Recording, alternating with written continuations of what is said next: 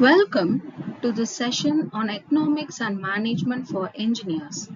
In this session, we shall discuss about the introduction to economics, its definition and its scope. A natural curiosity of a student or a learner who begins to study a subject or a science is to know the nature and scope of his or her subject of study. Such as it is, a student of economics would like to know what is economics and what is its subject matter. Surprisingly, there is no precise answer to these questions. Attempts made by economists over past 300 years to define economics have not yielded a precise or universally accepted economics definition. Economists, right from Adam Smith, who is the father of economics, down to modern economists, have defined economics differently depending on their own perception of the subject matter. Adam Smith defined economics as inquiry into the nature and causes of the wealth of nature.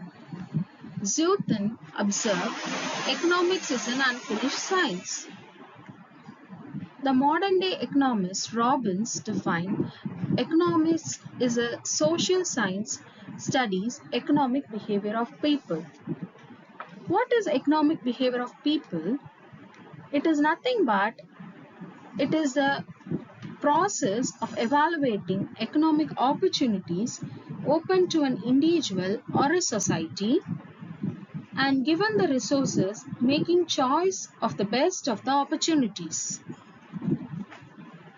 Let us begin with Robbins' view on subject matter of economics and then look how far it goes beyond his view. So now what is the basic function of economics?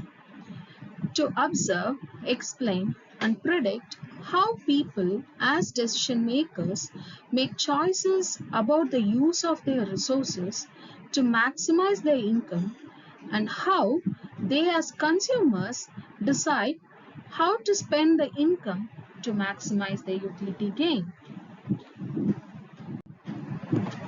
Here in economics, individuals, households, firms and government are referred to as people, whereas land, labor, capital, knowledge and skills, technology, time and space are referred to as resources.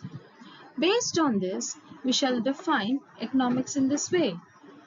Economics is fundamentally the study of how people allocate their limited resources to produce and consume goods and services to satisfy their endless wants with the objective of maximizing their gains.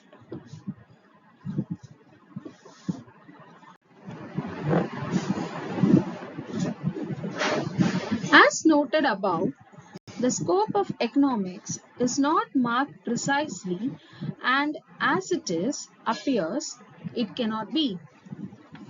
However, the scope of economics as it is known today has expanded vastly in the post-war period. Modern economics is now divided into two major branches, that is microeconomics and macroeconomics. Microeconomics is the study of economic behavior of individual consumer and producer and of individual economic variables, otherwise the study in the micro level, whereas macroeconomics studies the working and performance of the economy as a whole, as a society or as a government. In microeconomics, efficient allocation of output and factors of production are the main themes here, whereas macroeconomics deals not with individual quantities as such, but aggregates of these quantities. Hence, microeconomics is otherwise called as theory of consumer behavior, theory of production and cost of production, and then theory of commodity. Coming into the specialized branches of economic studies, we shall define 14 different branches here. The first one is economics of development, which deals with factors that determine economic development and growth of a country. Example, underdevelopment or poverty. Second is the public economics, which examines economic role of the government. Example, government revenue sources, taxes, public expenditure. Third is monetary economics, which deals with monetary affairs of the country. Example, demand for and supply of money, and then management of monetary sector. The fourth is the international economics, which deals with the causes and consequences of the international trade in goods and services. Fifth is the industrial economics, which deals with the working, growth, and structures of the industrial sector of the country. Sixth is labor economics, which deals with the problems associated with labor. For example, wages, welfare schemes. The seventh is econometrics. It is nothing but the study of statistics and mathematical techniques applied to economic data with a view to testing a hypothesis and to quantify the relationship. Eighth is the economic history, which studies past economic record of a country or a group of countries and of big economic events. For example, Industrial Revolution and the Great Depression. Ninth is history of economic thoughts. It is the study of evolution and development of economic thoughts and ideas, their background, logic and flaws. 10th is comparative economic systems. That is, it talks about the capitalist and the socialist, also the mixed economic systems. 11th is regional economics.